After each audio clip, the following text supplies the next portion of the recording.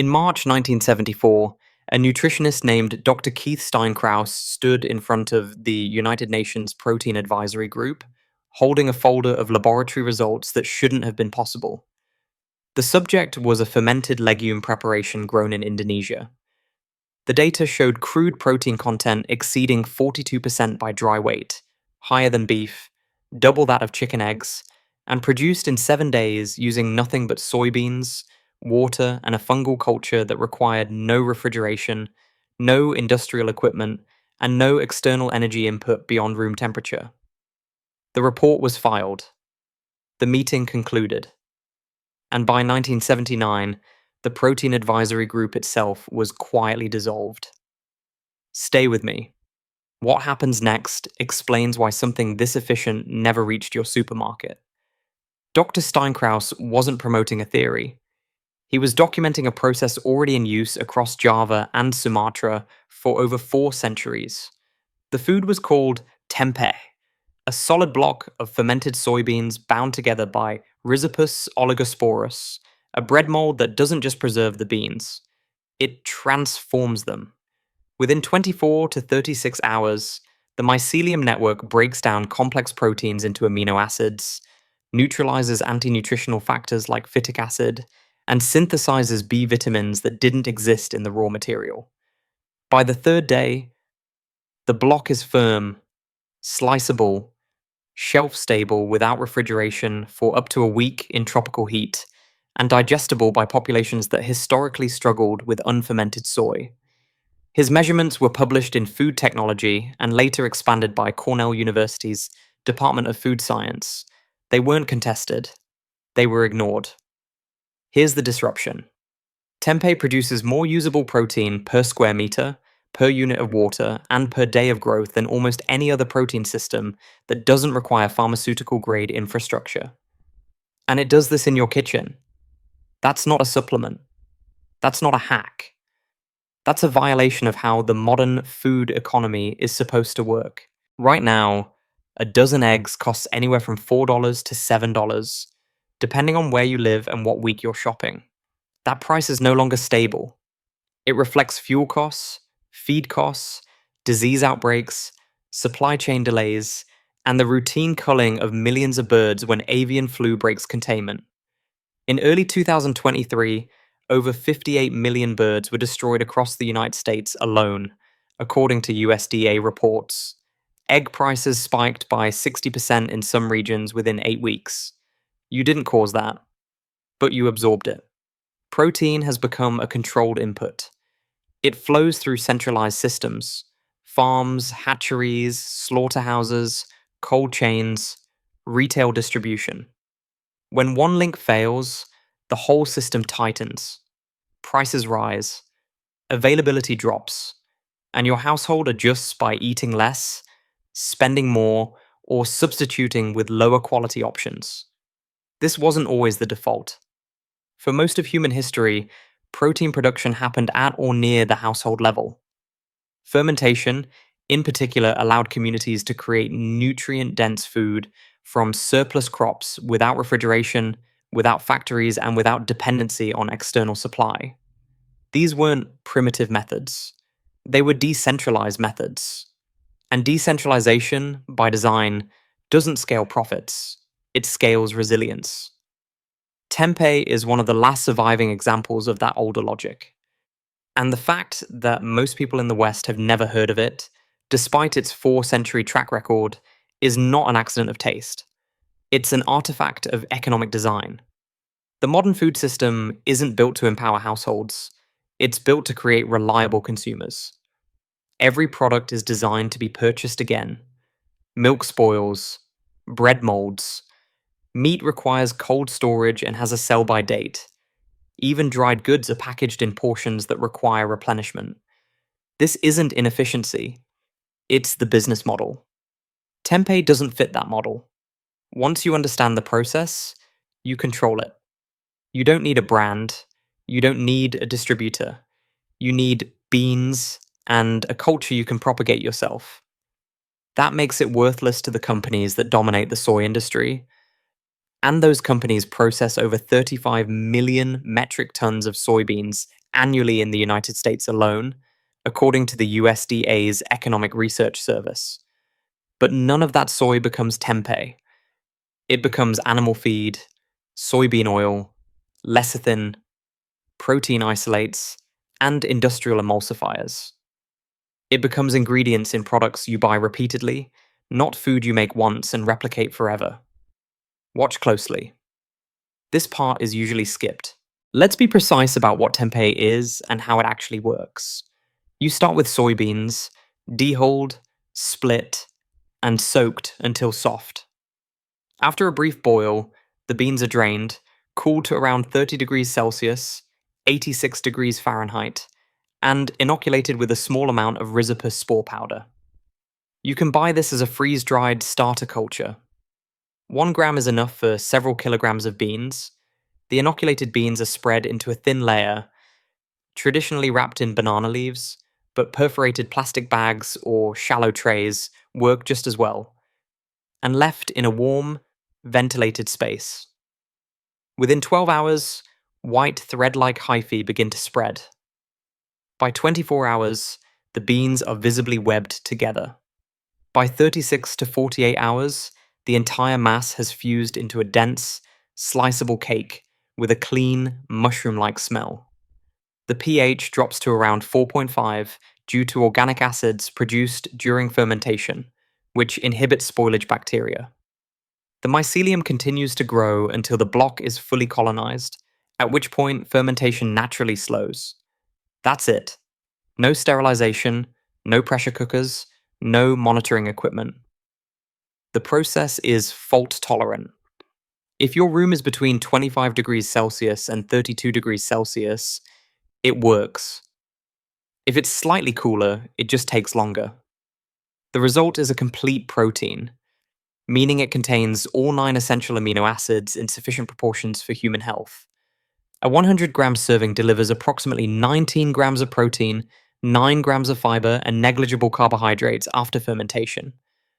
It also contains naturally occurring vitamin B12, which is exceedingly rare in plant-based foods and appears to be synthesized by bacterial contamination during traditional fermentation. Not the fungus itself, but co-inhabitants in non-sterile environments. Cornell's studies in the 1960s and 70s, led by Steinkraus and his colleague Hua L. Wang, confirmed all of this in controlled laboratory settings. Their work was methodical, reproducible, and published in peer-reviewed journals. It wasn't fringe science. It was food science at a land-grant university with USDA backing. They even developed a standardized starter culture and distributed it to universities across the United States, hoping to encourage adoption. Some schools ran trials, some published follow-up studies, but none of it translated into public programming or institutional adoption. Steinkraus himself noted in a 1983 interview that tempeh had all the characteristics of an ideal protein source, but faced lack of familiarity and absence of commercial interest. He was being diplomatic. What he meant was, no one could figure out how to make money from it at scale. And yet tempeh remained, in their words, underutilized. That word deserves attention. Underutilized suggests waste, a resource that exists but isn't being fully deployed. But tempeh was being utilized, just not by the institutions doing the reporting. It was being utilized by millions of households across Indonesia, Malaysia, Suriname, and the Netherlands, where Javanese immigrants had carried the practice during the colonial period. It wasn't underutilized, it was decentralized. And decentralized systems don't generate the data that institutions recognize as utilization. There's a reason tempeh survived in Indonesia but not in Europe, despite soybeans being available in both regions by the 18th century.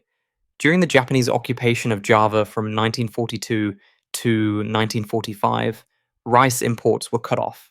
Supply lines collapsed, famine spread across the islands. The occupying forces requisitioned what little grain remained, and the civilian population was left with whatever could be grown or foraged locally. Soybeans were available. They grew well in tropical soil and required less water than rice. But raw soybeans are nearly indigestible and, in large quantities, toxic due to trypsin inhibitors that block protein absorption. Tempeh became survival food. Women in rural villages produced it in large quantities using wooden trays and banana leaf wraps, fermenting beans in communal batches. The fermentation neutralized the toxins, made the protein bioavailable, and extended shelf life without refrigeration. According to oral histories collected by Indonesian agricultural researchers in the 1950s, tempeh production increased sharply during the occupation and remained a staple in the post-war period, even as rice became available again. It didn't just prevent starvation, it prevented malnutrition. Protein deficiency diseases, kwashiorkor, edema, stunted growth, were measurably lower in regions where tempeh production was maintained, compared to areas reliant solely on cassava or sweet potato, according to a 1953 report by the Netherlands Institute for Nutrition Research in Jakarta. This wasn't propaganda, it was epidemiology. The same pattern appeared during the Bengali famine of 1943, though the protein source was different. Fermented lentils and chickpeas in the form of dokla and idli batters. Fermentation allowed families to extract more nutrition from limited grain. Survival didn't depend on abundance, it depended on transformation. What's critical here is that tempeh didn't require new knowledge during the occupation. It required the activation of existing knowledge. The process was already embedded in the culture. When the crisis came, households didn't need to be taught, they needed to be left alone to do what they already knew how to do. Contrast that with modern food aid, which depends entirely on external supply. When logistics break down, aid stops. When fuel becomes scarce, shipments halt. When infrastructure is destroyed, distribution ends. Tempeh kept working because it didn't depend on any of that. After the war ended, research institutions in Java began studying tempeh systematically for the first time. Not because it was new, but because occupation had revealed its importance under pressure. A 1958 study by the Indonesian Institute of Sciences measured protein content, amino acid profiles, and vitamin synthesis across different fermentation times and temperatures. The results were published in Dutch and Indonesian journals, and later translated and referenced by Cornell in the 1960s. The data was clear. Tempeh worked. It worked under pressure. It worked without infrastructure. And when the war ended and supply chains were rebuilt, it kept working, but only in the places where it had always been made. Everywhere else, it was filed under ethnic food. Here's what didn't happen after 1974. Tempeh was never integrated into Western school lunch programs, despite being cheaper and more stable than milk or meat. It was never promoted by the USDA as a household protein alternative, despite being explicitly recognized in their own research as a high-quality, low-cost protein source. It was never subsidized, never included in food aid shipments, and never scaled by the companies that controlled soy processing in the United States, ADM, Cargill, Bunge, despite those same companies spending billions to expand soy into animal feed, oil extraction, and industrial additives. Why? Because tempeh is a terminal product. You make it. You eat it. You don't need to buy it again until you need more beans. There's no brand loyalty, no packaging innovation, no refrigerated distribution margin, and no intellectual property. The fungal culture is self-propagating. Once you have it, you can keep a small amount of finished tempeh to inoculate the next batch. It's a closed loop. Food corporations don't profit from closed loops. They profit from open-ended dependency, products that spoil, that require repeat purchase, that tie consumers to a supply chain. Tempeh does the opposite. It decentralizes production and eliminates the middleman. This isn't conspiracy. It's just economics. In 1985, the Food and Agriculture Organization published a report titled Soybean Fermentation for Food Users. It praised tempeh's nutritional profile and low-cost production. It also noted that commercialization has been limited, and that traditional household production remains dominant in Southeast Asia. That sentence is doing a lot of work. What it means is, tempeh works too well at the household level to be worth industrializing. By the 1990s, tempeh was available in Western health food stores, marketed as a niche vegetarian product. It was often expensive, refrigerated, and sold in small portions with short shelf lives, because industrial producers were using sterile, climate controlled fermentation to ensure consistency and safety. The result was a product that contradicted tempeh's core advantage: simplicity. The version that survived 4 centuries of tropical heat, war, and famine had been re engineered into something fragile, something that required cold chains and preservatives, something that fit the retail model but abandoned the resilience model. Industrial tempeh wasn't better, it was just more profitable to distribute. And that's the pattern. When decentralized systems are absorbed into centralized markets, they're not improved, they're adapted. Adapted to logistics, adapted to shelf life, adapted to profit margins. The process survives, but the autonomy doesn't. In 2006, researchers at Wageningen University in the Netherlands revisited tempeh with modern microbiological tools. They sequenced the microbial communities involved in traditional fermentation and found that Rhizopus oligosporus wasn't working alone. There were lactic acid bacteria, acetic acid bacteria, and wild yeast strains contributing to flavor, preservation, and vitamin synthesis. The diversity wasn't contamination, it was collaboration. They also tested protein digestibility using simulated human digestion models. Tempeh's protein scored 84% bioavailability, comparable to chicken and higher than unfermented tofu or boiled soybeans. The fermentation had effectively pre-digested the food, breaking down long peptide chains into absorbable fragments. In 2012, a study published in Nutrients by researchers at Ghent University examined tempeh's impact on cholesterol metabolism. Subjects consuming 150 grams of tempeh daily for 4 weeks showed measurable reductions in LDL cholesterol, likely due to bioactive peptides and residual isoflavones from the soy. The study wasn't large, but it was controlled and peer-reviewed. In 2017, the Malaysian Agricultural Research and Development Institute published a trial showing that tempeh production could be done using black beans, chickpeas, and mung beans with nearly identical results, meaning the process wasn't soy dependent, it was fungal dependent. Any legume with sufficient protein content could be transformed. The science kept confirming what Indonesian households had known since the 1600s. This works. But none of these studies triggered policy changes. None led to public health campaigns. Tempeh remained in the same category it had occupied for decades. Interesting, but not actionable. Why? Because actionable means scalable. And scalable means profitable. And tempeh, at its core, resists both. Don't miss the next step. It explains everything. Let's zoom out. We're entering a period where the assumptions that built the modern food system are breaking down. Cheap energy is no longer guaranteed. Stable climate is no longer assumed. Global supply chains are no longer resilient. Fertilizer costs are rising. Water tables are dropping. Topsoil is eroding at rates faster than it can regenerate. These aren't predictions. They're measurements. And in that context, the ability to produce nutrient-dense food at the household level, using minimal inputs and no industrial infrastructure, stops being niche. It becomes foundational. Tempeh is one answer.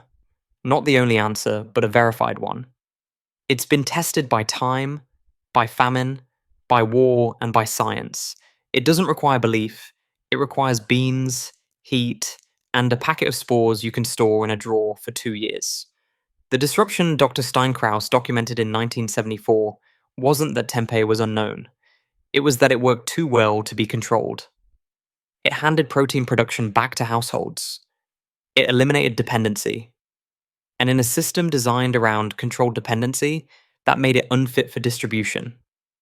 But the knowledge survived. It survived because it was decentralized from the beginning, because it didn't need patents or subsidies or corporate backing. It only needed people willing to try it. And that's still true. If remembering what was forgotten matters to you, subscribe to Roots of Survival. Every share helps keep this knowledge alive.